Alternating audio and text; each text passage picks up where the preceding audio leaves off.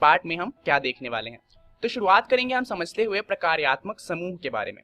उसके बाद हम जानेंगे कि समजातीय श्रेणी क्या होती है, और उसके बाद हम इस अध्याय का सबसे ज्यादा इंटरेस्टिंग टॉपिक करेंगे, जो कि इस अध्याय का सबसे महत्वपूर्ण टॉपिक भी है, और उसका नाम है कार्बन यौगिकों की नाम पद्धति, जहां पर हम जानेंगे कि कार्बन के जो इतने सारे यौगिक होते हैं उनका नाम कैसे लिखा जाता है। तो शुरुआत करते हैं प्रकार्यात्मक समूह को जानते हुए। तो आखिर ये होते क्या हैं? इसे समझने के लिए चलिए इसकी डेफिनेशन को देखते हैं। किसी कार्बनिक यौगिक में उपस्थित परमाणुओं का वह विशिष्ट समूह जो उस कार्बनिक यौगिक के रासायनिक गुणों का निर्धारण करता है, प्रकार्यात्मक समूह या फिर फंक्शनल ग्रुप कहलाता है। तो यानी कि ये कुछ अणु होते हैं या अणुओं का समूह होते हैं जो किसी भी कार्बनिक यौगिक में जुड़ जाएं तो उनके जो गुण होते हैं उसको बदल देते हैं और अपने जैसा कर देते हैं। यानी कि अगर किसी कार्बनिक यौगिक में एक प्रकार्यात्मक समूह को जोड़ दिया जाए तो उसका गुणधर्म बदल जाता है। तो चलिए देखते हैं कि आखिर ये प्रकार्यात्मक समूह कितने तरह के हैं। शुरुआत करते हैं जानते हुए सबसे पहले को, जो कि है अल्कोहल। इसके बारे में अगर आपको जानना हो तो ये कुछ इस तरीके का दिखता है। यानी कि अगर किसी भी कार्बनिक यौगिक को आप देखें और उसके अंदर आपको ऐसी संरचना दिखे जहां पर ऑक्सीजन कार्बनिक यौगिक से जुड़ा हुआ हो और ऑक्सीजन के साथ एक हाइड्रोजन जुड़ा हुआ हो, तो वह अल्कोहल ग्रुप है। यानी कि वो प्रकार्यात्मक समूह जो है वो अल्कोहल है। तो यहाँ पर O के साथ कोई सा भी कार्बनिक यौगिक जुड़ा हो सकता है। कोई भी कार्बनिक यौगिक हो वो अल्कोहल ग्रुप का बन जाएगा और उस कार्बनिक ग्रुप के जो गुणधर्म होंगे वो अल्कोहल ग्रुप के गुणधर्म से मिलने लग जाएंगे। इसका उदाहरण आप देख सकते हैं, ये एक अल्कोहलिक ग्रुप का कार्बनिक यौगिक है। यहाँ पर आप देख सकते हैं 2 कार्बन के अणु हैं और यहाँ पर एक अल्कोहलिक ग्रुप उनके साथ जुड़ा हुआ है, और ये है इथेनॉल। चलिए अब समझते हैं इसके बाद दूसरे प्रकार्यात्मक समूह को, जो कि है एल्डिहाइड। अब इसमें भी यही होता है कि अगर एल्डिहाइड किसी कार्बनिक यौगिक से जुड़ जाए तो उसके गुणधर्म को बदल देता है। अब इसको पहचानने के लिए आपको एक ऐसा पैटर्न ढूंढना है, यानी कि यहाँ पर होगा हमारा कोई सा भी कार्बनिक यौगिक और उससे एक कार्बन जुड़ा हुआ होगा, जिससे दोहरे बंध के साथ एक ऑक्सीजन जुड़ा होगा और एकल बंध के साथ हाइड्रोजन जुड़ा होगा।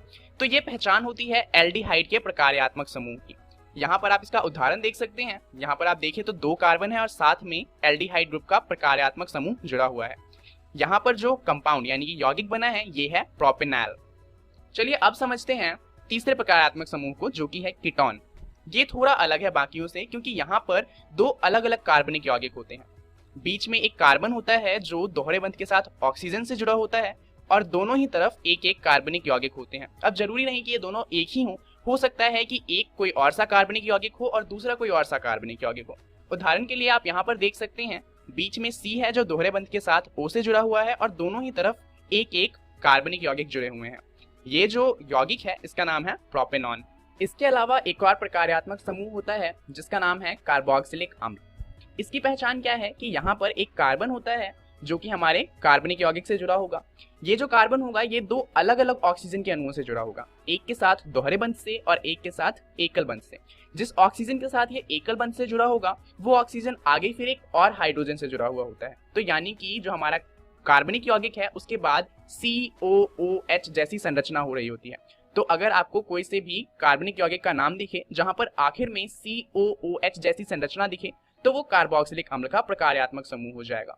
इसका उदाहरण भी ले लेते हैं एक, तो ये एथेनोइक अम्ल है। यहाँ आप देख सकते हैं कि एक कार्बन है जिसके साथ कार्बोक्सिलिक अम्ल का प्रकार्यात्मक समूह जुड़ा हुआ है। अब जरा इस टेबल को ध्यान से देखिए, यहाँ पर आप बाकी के 4 प्रकार्यात्मक समूह को देख सकते हैं। उसके अलावा जो हमारा क्लोरीन और ब्रोमीन है वो भी प्रकार्यात्मक समूह की तरह काम करता है। इन्हें हम हैलोजन ग्रुप के हैं इसलिए हैलो प्रकार्यात्मक समूह कह सकते हैं। यहाँ पर क्लोरीन और ब्रोमीन जब किसी अणु के साथ जुड़ते हैं तो उसके आखिर में आपको Cl या फिर Br दिख जाएगा। अल्कोहल के लिए आखिर में आपको OH दिखेगा, एल्डिहाइड के लिए CHO, कीटोन के लिए आपको बीच में कहीं पर C दोहरे बंध के साथ ऑक्सीजन से जुड़ा हुआ दिखेगा और कार्बोक्सिलिक अम्ल के लिए COOH जैसी संरचना हो रही होगी। तो इस तरह से आप पहचानेंगे कि किसी कार्बनिक यौगिक में कौन सा प्रकार्यात्मक समूह है। अब प्रकार्यात्मक समूह का काम हमें आएगा जब हम कार्बन के नाम पद्धति को समझेंगे। अभी जानते हैं समजातीय श्रेणी क्या होती है। तो यहाँ पर आप देखेंगे कि एक कार्बन का अणु है। अब इसके साथ अगर OH यानी कि अल्कोहल ग्रुप का प्रकार्यात्मक समूह जोड़ दिया जाए तो ये जो यौगिक बनाएगा उसे कहा जाएगा मेथनॉल। इसका फॉर्मूला आप देख सकते हैं CH3OH। यहाँ पर 3 H कार्बन के साथ जुड़े हुए हैं और OH हमारा अल्कोहल ग्रुप का है। तो यहाँ पर अगर मान लीजिए कि इस OH को हटाया जाए और इसकी जगह एक और कार्बन को हम लेके आ जाए और उसके बाद उस OH को वापस से लगा दें, तो यहाँ पर क्या होगा, जो नया यौगिक बनेगा उसका नाम हो जाएगा इथेनॉल और फॉर्मूला हो जाएगा C2H5OH। अब यहाँ पर क्या किया गया कि जो OH था उसको वापस से हटाया गया और एक और कार्बन को ले आए और उस OH को वापस से जोड़ दिया। तो यहाँ पर जो यौगिक बनेगा वो बनेगा प्रोपेनॉल और इसका फॉर्मूला होगा C3H7OH। यहाँ पर आप देख सकते हैं कि हम जितनी बार चाहें OH को हटाकर उसकी जगह एक कार्बन रख सकते हैं और वापस से OH को जोड़ सकते हैं। तो यहाँ पर आप देख सकते हैं कि एक श्रेणी बन रही है जहाँ पर एक ही बदलाव बार बार किया जा रहा है, एक कार्बन को लाया जाता है और OH को वापस से लगा दिया जाता है। तो ऐसी जो श्रेणियां होती हैं उन्हें कहा जाता है समजातीय श्रेणी। यहाँ पर आप देख सकते हैं सबसे पहले हमारा बना था मेथनॉल और उसके बाद बना था एथेनॉल, और इनके बीच में कितने का अंतर है, एक C का अंतर है और 2 H का अंतर है, क्योंकि एक C ज्यादा हो गया और H 2 ज्यादा हो गए हैं। और इथेनॉल के बाद बना था प्रोपेनॉल, तो इथेनॉल और प्रोपेनॉल में भी CH2 का अंतर है। तो यौगिकों की ऐसी श्रृंखला जिसमें कार्बन श्रृंखला में स्थित हाइड्रोजन को एक ही प्रकार का प्रकारात्मक समूह प्रतिस्थापित करता है उसे समजातीय श्रेणी कहते हैं। जैसे कि यहाँ पर अल्कोहल ग्रुप कर रहा था, अब जरूरी नहीं है कि सिर्फ अल्कोहल ग्रुप ही करे, एल्डिहाइड हो सकता है, कार्बोक्सिलिक एसिड हो सकता है या कीटोन, कोई सा भी ग्रुप अगर किसी कार्बनिक यौगिक को प्रतिस्थापित कर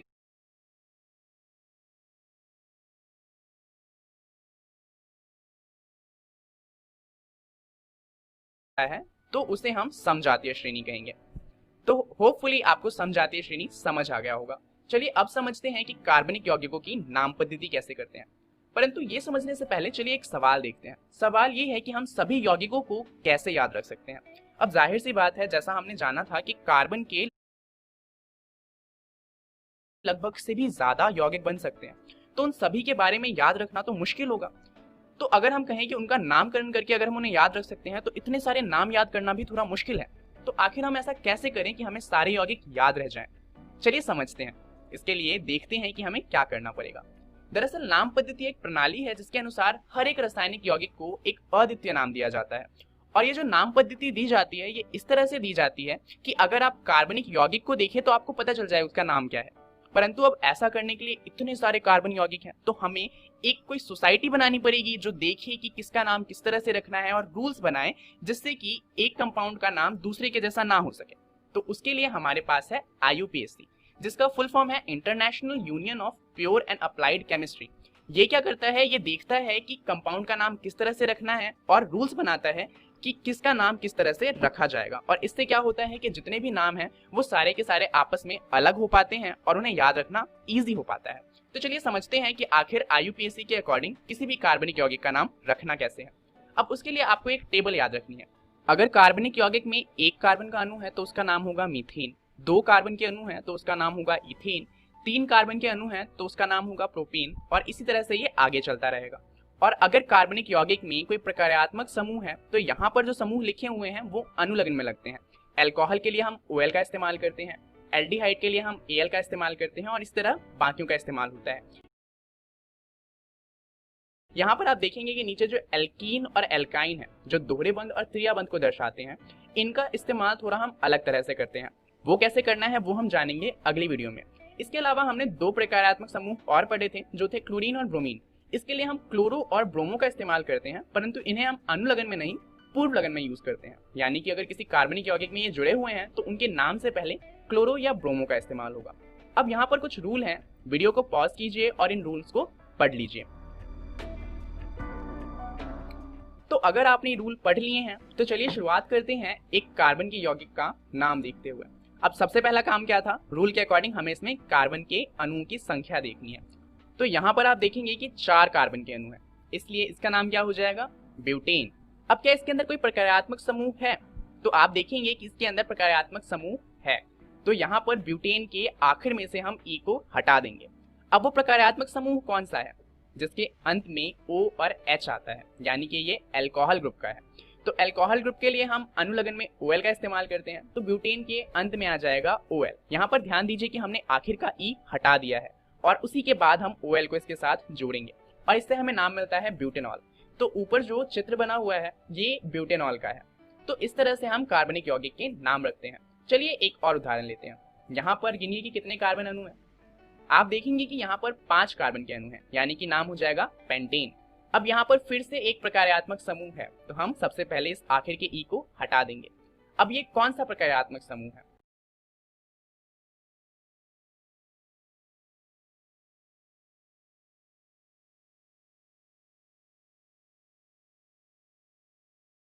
प्रकार्यात्मक समूह है तो यहाँ पर जो समूह लिखे हुए हैं वो अनुलग्न में लगते हैं। अल्कोहल के लिए हम OL का इस्तेमाल करते हैं, एल्डिहाइड के लिए हम AL का इस्तेमाल करते हैं और इस तरह बाकियों का इस्तेमाल होता है। यहाँ पर आप देखेंगे कि नीचे जो एल्कीन और एल्काइन है जो दोहरे बंध और त्रिया बंध को दर्शाते हैं, इनका इस्तेमाल थोड़ा हम अलग तरह से करते हैं। वो कैसे करना है वो हम जानेंगे अगली वीडियो में। इसके अलावा हमने 2 प्रकार्यात्मक समूह और पढ़े थे जो थे क्लोरीन और ब्रोमीन। इसके लिए हम क्लोरो और ब्रोमो का इस्तेमाल करते हैं, परंतु इन्हें हम अनुलग्न में नहीं पूर्व लगन में यूज करते हैं। यानी कि अगर किसी कार्बनिक यौगिक में ये जुड़े हुए हैं तो उनके नाम से पहले क्लोरो या ब्रोमो का इस्तेमाल होगा। अब यहाँ पर कुछ रूल हैं, वीडियो को पॉज कीजिए और इन रूल्स को पढ़ लीजिए। अगर में AL का इस्तेमाल करते हैं तो हमारा नाम बन जाएगा पेंटेनल। तो इस तरह से हम कार्बन यौगिकों के नाम पद्धति को करते हैं। इस वीडियो को यहीं पर खत्म करते हैं। चलिए देखते हैं कि यहाँ हमने क्या सीखा। सबसे पहले हमने सीखा प्रकार्यात्मक समूह क्या होते हैं, फिर हमने जाना समजातीय श्रेणी को और अंत में हमने जाना कि कार्बनिक यौगिक की नाम पद्धति कैसे की जाती है। अब यहाँ पर कुछ और बातें भी हैं जो हमें जाननी है, तो कार्बनिक यौगिक की नाम पद्धति में उन बातों को हम जानेंगे अगली वीडियो में। साथ ही हम बात करेंगे कार्बनिक यौगिक के रासायनिक गुणधर्म की। तब तक के लिए धन्यवाद।